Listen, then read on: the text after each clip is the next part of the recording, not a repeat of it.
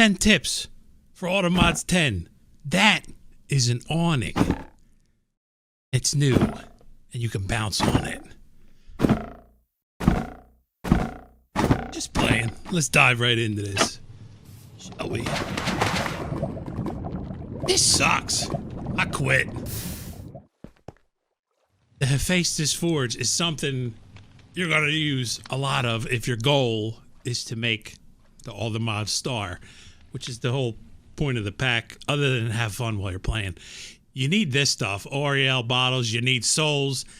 That was the cheesy way of getting them. Experience, blood. I'm going to go over these four real quick just to help you maybe in automating this stuff. Here, this one is pretty cool. This is the soul extractor. This is an advanced block breaker. I have it set not to break soul sand with a supremium pickaxe in there. This is an advanced clicker. This is where the magic happens. Hold for 60 ticks. Boom. This dude goes in there. Boom. Soul sand gets placed by this guy right here. He sucks. Let's do this. Soul extractor. Give me one of them. Boom. Because of how I have my AE system set up, it should go right in there. Boom. There it goes. And we're making soulless sand. And we're also getting souls. This dude, the collector, pulls it out. Boom. Puts the souls in here. We can put them in our Hephaestus Forge. This thing right here is an auto clicker, advanced clicker. Glass bottles go in there. Boom. It clicks the sink. Excuse me. We get water bottles. Boom. They go in here. Right? And we ultimately need this thing, the potion of regeneration. Because with this... this arcane crystal dust, wrap it around that deal, boom, you get the Ariel bottle. I don't know if that's how you pronounce it or not, but arcane crystal dust comes from arcane crystals. The arcane crystals come from these dudes, the Arcanus bees, right? Load them up, put one of these feeding slabs 1 block below your beehive, load it up with these dudes, boom, they go to work, and you end up with a bunch of these. Take some of this stuff, pop it in here, it smelts, it goes into this dude, formula. You can use any kind of crafter, right? This one's kind of cool, interesting to set up. You have to have a crafting formula, you encode that pattern. The cool thing about it is you can do stock control, so it'll only put 2 of those potions in here ever. So if I want to fully automate this and have, like, I don't know, a wither work for me, have him shoot them over to here, boom, right? We're crafting the Oriel bottles. Cool. So now we got soul, Oriel bottles. Experience is an easy one because we can actually grow that thanks to mystical agriculture. And this little, you know, I'm sure you've seen this. This is like the easiest way to grow crops fast, right? Crystal resonance generator, the growth accelerator, and underneath here I have a harvester pylon, and inside there I have a supremium hoe. That's gathering all the plants that I'm doing, right? But you can grow experience in there, and you have to make an experience jar. Let me do this real quick so you see what I'm talking about. Experience, where are they at? Mystical XP. This dude, you make this experience capsule. You need 4 of them to make the seed. If you hold that capsule in your hand and you right click, it'll take XP out of what you have. And if you want to fill it killing mobs, it's going to take you 27 years to do that, but good luck. You can do that as well. Now, the last thing, so you can use them, boom, make bottles of experience, put that in your altar. You can automate this thing. It's kind of goof troop, so we're not going to get into that. This is the coolest one that I think so far. This spawner, if I hold control, it shows you no AI, right? So I have this just underneath here. This is zombies that are going to spawn. I hit that lever, boom, they start spawning. Now over here, I have the black hole, right? So this black hole is because at first, I had this dude set up to collect all their drops. And I don't need any of their stuff. All I want really is their blood. So when I kill them here, boom, they have no AI, so they're not attacking me. And I don't know if you noticed that, but the experience goes in there as well, right? Everything goes in that black hole. And now I'm getting fed petrified orbs, which we're going to need later to make stuff and things. And now I can turn this dude off. And that is an easy way to get petrified orbs, not only, and also blood into your altar. My suggestion would be, don't set up this black hole near your turtle scoot farm and wonder why you're not getting scoots. But by the off chance that you did make a mistake like somebody that I know did, you can move this thing. You cannot break this, ever. But you can move it with a cardboard box. And you can put it wherever you want. Shift, right click, takes the box back off. The box just went in the hole though. So now I'm gonna use up my other cardboard box. Oh, nice. I love making videos. Sometimes it works, sometimes it doesn't. Boom, I moved it. There we go. Okay, now, remember the harvester pylon that I said I have a Supremium or whatever hoe in? One thing that I noticed was I set this building up here, and right here I have a harvester pylon, and I'm gathering potatoes, right? The potatoes are going into here, and this is doing stuff for immersive engineering, right? We need like some kind of sheet or whatever the heck it was called, this thing. This is neither here nor there, but I like to go off, right? Duroplast sheet, that's what I'm using this for.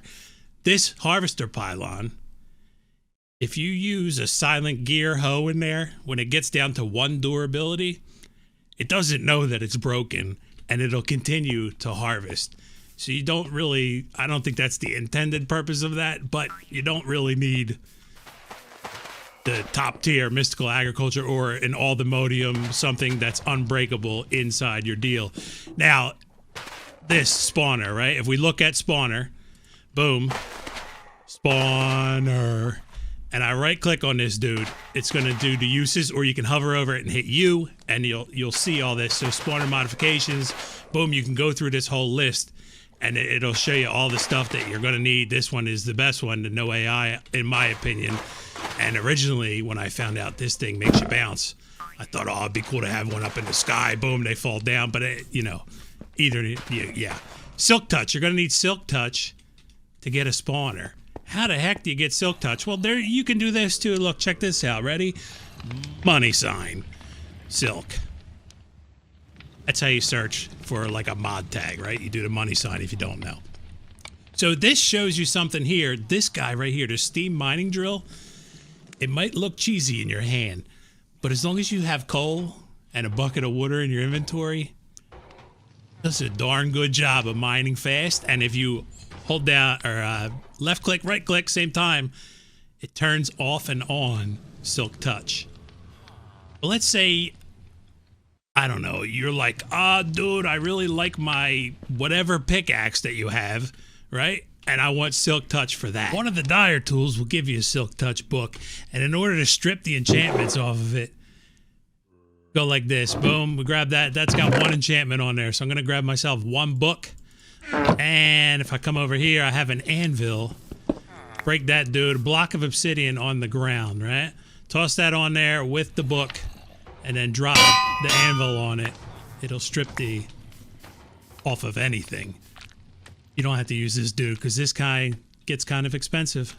You can't have holes in the ground when you have people over. For power, I'm using power, right? I got 1 reactor set up. This is feeding me and feeding my machines using this ender cell. Now, for this thing, the player transmitter, you're going to need a binding card. I have a dimensional binding card, which you make the regular binding card right here. And then if you take that and you right click it onto an Enderman, it'll turn in, or an Endermite, it'll turn into the dimensional card. And then you right click it to bind it to yourself, pop it in this dude, boom, it'll charge anything in your inventory, like my wireless crafting grid, for example. This thing, an ender cell, you can make, there's different tiers of these, nitro being the highest. The one that I have, spirited, is the one below it, and it will do 400 million FE, as you can see on the top of the screen. I put a battery in here, right? You just make a battery, boom, right click it on there. That's the cheapest way. Same mod, make a battery from that mod, boom, and you're good to go. I have another reactor. This one is powering only my ME system. When is refined storage coming back in? Okay. And just in case I run out of power, you know what I mean? Now, down here, I got a basement. It's not done yet, but it's getting there. And I got the power orb, right? This thing, I think people may have a hard time with this dude. It's kind of simple with AE. I have a pattern provider here, and I have this thing set to blocking mode. Do not push crafting ingredients if inventory contains a pattern input. Very important. You make the pattern, boom, and then I have a modular router under here. He sends back to this dude. Notice how I have the arrow pointing up. You take the wrench, boom, spin it, and a puller pulls out of this. Whenever it's crafted, boom, it pulls it out of there, sends it in here, and my AE system knows that it's made. Let's say you don't have ME set up or AE2, right? And you want to automate the energizing orb. Chest, hopper goes into the chest. And then we're going to take the energizing orb. This is not one of them. This is a light field, and I'm going to show you a trick with this thing in a second. That's the energizing orb, though, for this demonstration. Hopper into it on both sides. We're going to take a comparator. We're going to read the signal off of that energizing orb. And then we're going to take repeaters. One repeater here, one repeater there. Piece of redstone dust across the face here. And that's going to allow you to easily automate the energized steel. You're going to put gold in here, iron in here. At first, whichever one you put in, it's going to put 4 of those pieces in there. You're going to have to manually pull them out of there. Empty hand, right click on the deal. And then once it gets gold and iron in there at the same time, it'll start making that recipe, and it'll continue to make that recipe until it runs out of gold and iron, and your finished product will end up in here. Easy way to do it if you don't have stuff for that set up yet, right? Boom. Now, you want to move on to the thing with 1 block. We get rid of that repeater. We move it right here, and boom, boom. That should work. You put your blaze rod in here. It'll make the blaze thing, your diamond, your emerald. Now, for the nitro one, you're on your own, kid, because I don't have an easy way to do that other than ME. Now, let's take that light field block and show you what that can be used for. This is kind of clutch because during my Christmas break, I died 71 times in an area right here called the Other Dungeon. All right? What I didn't know, and I've since learned by watching Soren, is he made this block. It's called a light field. This block emits light in a 24 block radius around it, and it will stop spawners from spawning. This tower holds 9,987 spawners in each one. There's 4 of them up here, right? You have to clear this whole area out. Boom. And then you drop down here, and guess what's down here? About another 12,887 spawners. So boom, you put a light field right there, it stops spawns in this area, and you're good to go. That one tip alone is worth the wait in this video. Thank you for watching, folks. Have fun and peace.